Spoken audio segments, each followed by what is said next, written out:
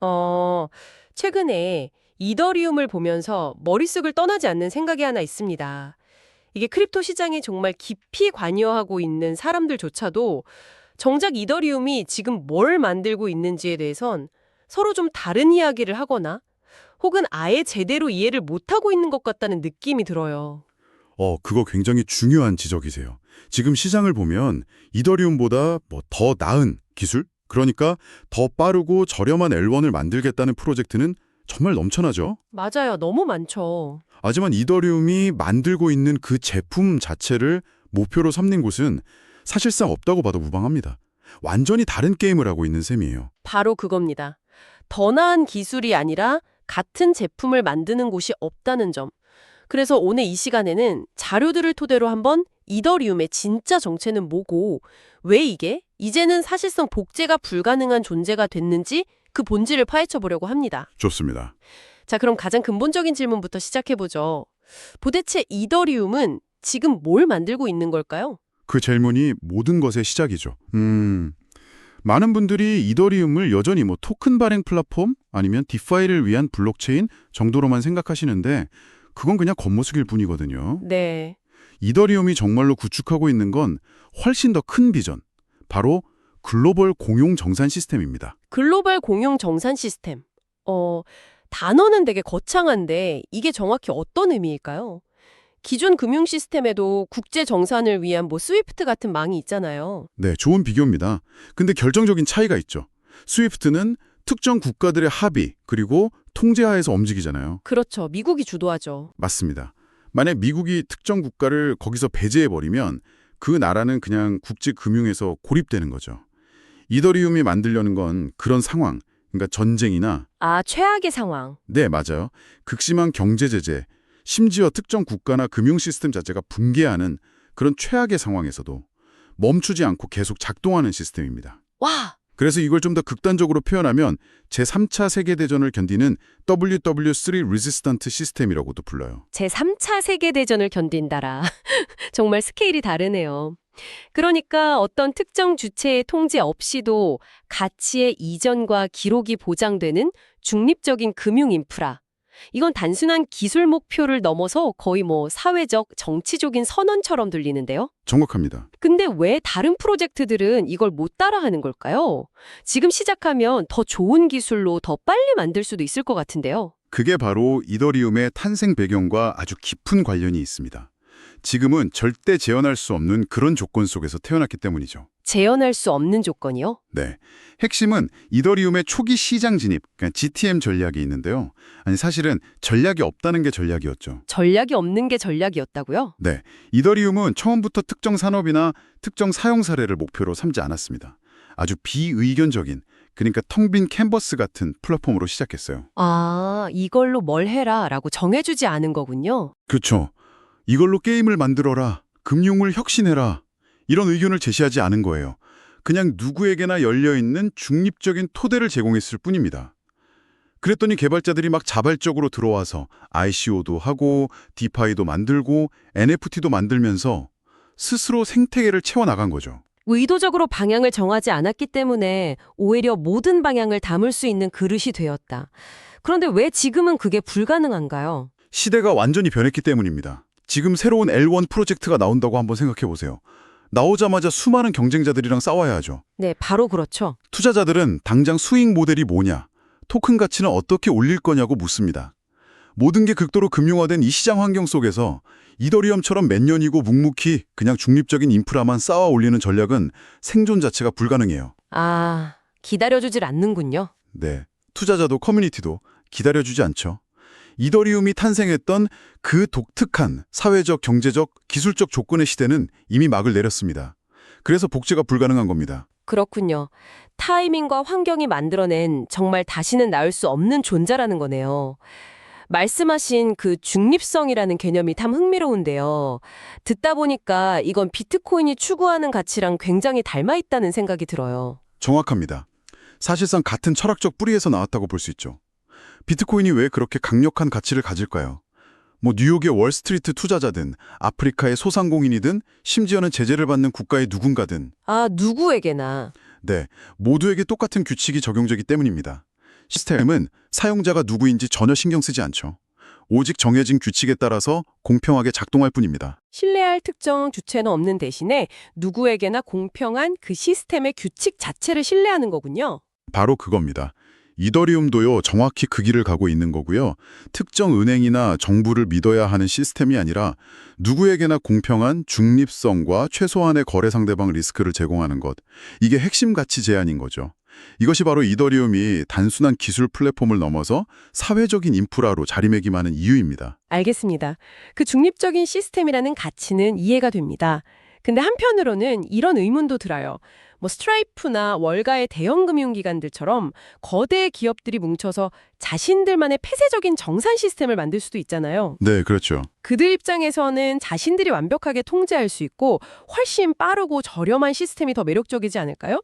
왜 굳이 이더리움 같은 퍼블릭 블록체인을 써야 하는 거죠? 물론 그런 시도는 지금도 계속되고 있고 앞으로도 계속될 겁니다. 하지만 현장에서 나오는 데이터나 여러 증언들을 종합해보면 결론은 한결같아요. 기관들이 결국 최종적으로 선택하고 가장 많이 사용하는 플랫폼은 이더리움이라는 사실이죠. 이유가 뭘까요? 분명히 자신들이 만든 프라이빗 시스템이 효율성 면에서는 더 나을 텐데요. 이유는 아주 현실적이고 어떻게 보면 간단합니다. 기관들은 혁신적인 기술만큼이나 어쩌면 그 이상으로 생존 가능성을 중요하게 생각하기 때문이에요. 생존 가능성이요? 네, 수많은 블록체인 프로젝트들 중에서 10년, 20년 뒤에도 이 시스템이 안정적으로 존재할 것인가? 이 질문에 가장 확실한 답을 주는 게 바로 이더리움인 겁니다. 다른 어떤 체인도 이더리움만큼 오랜 시간 동안 해킹이나 외부 공격을 버텨낸 그 역사적 안정성과 탈중앙성을 증명하지 못했죠. 결국 가장 오래 버틸 말에 배칭하는 것과 같은 이치입니다. 그러니까 기술의 우월성보다는 사회적 합의와 신뢰의 역사에 배팅하는 거군요. 일리가 있네요. 그렇다면 이더리움의 경쟁 우위, 흔히 말하는 해자, 모트는 지금도 계속해서 더 깊고 넓어지고 있다고 봐야겠네요. 그렇습니다. 아주 강력한 선순환, 그러니까 네트워크 효과가 발생하고 있습니다. 그게 두 가지 흐름이 있는데요. 첫째는 현실 세계 자산의 토크나이제이션입니다. 네, 요즘 많이 나오는 얘기죠. 주식, 채권, 부동산 같은 자산들이 블록체인 위로 올라올수록 이 다양한 자산들을 하나로 통합하고 정산할 공통된 장부가 필요해집니다.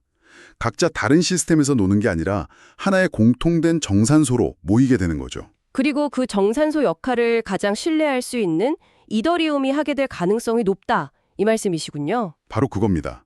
그리고 두 번째 흐름은 롤럽의 성장이에요. 요즘 주목받는 베이스나 아비트럼 같은 고성능 레이어 2 롤럽들을 보세요. 그들이 왜 굳이 자신들의 보안을 이더리움에 의존, 즉 앵커링할까요? 잠깐만요. 이 부분을 좀 더 쉽게 짚고 넘어가면 좋겠습니다. 그러니까 롤업들은 자신들만의 초고속 도로를 만들어서 거래를 빠르게 처리하는데 네, 그 도로의 안전을 지키는 경찰이나 군대는 이더리움의 것을 빌려 쓰는 개념. 이렇게 봐도 될까요? 와, 완벽한 비유입니다.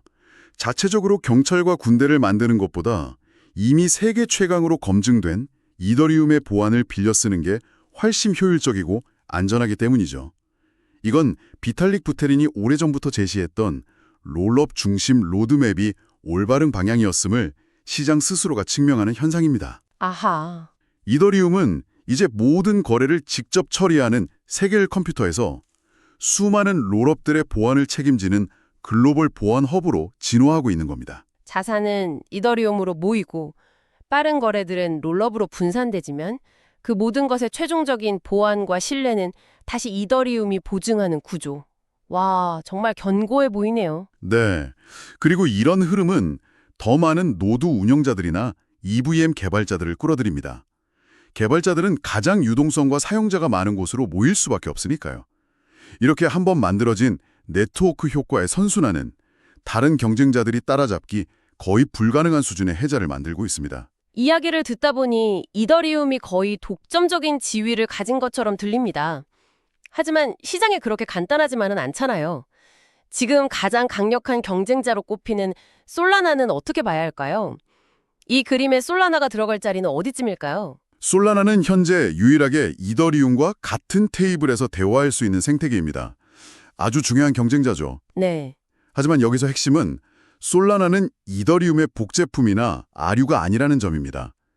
솔라나 역시 글로벌 정산 시스템이라는 같은 게임을 플레이하고 있지만 이더리움과는 완전히 다른 기술적, 철학적 전략을 사용하고 있어요. 아, 다른 전략. 네, 이더리움이 탈중앙성과 보안을 최우선으로 두고 확장성은 롤업에 맡기는 모듈러 방식을 택했다면 솔라나는 속도와 확장성을 극대화하기 위해 모든 것을 하나의 레이어에서 처리하는 모놀리식 방식을 택했죠. 목표는 같지만 그 목표에 도달하는 방식과 철학이 다르다는 말씀이시군요. 맞습니다.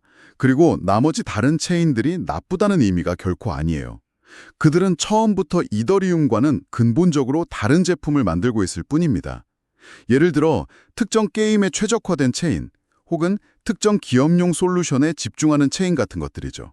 아예 시장이 다른. 그렇죠.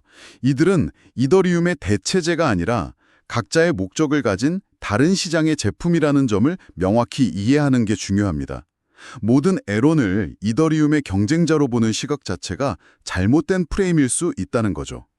그렇군요. 그런데 이런 본질적인 논의와는 별개로 대부분의 사람들은 이더리움의 가치를 그저 ETH 토큰의 가격 차트로만 판단하려는 경향이 강한 것 같습니다.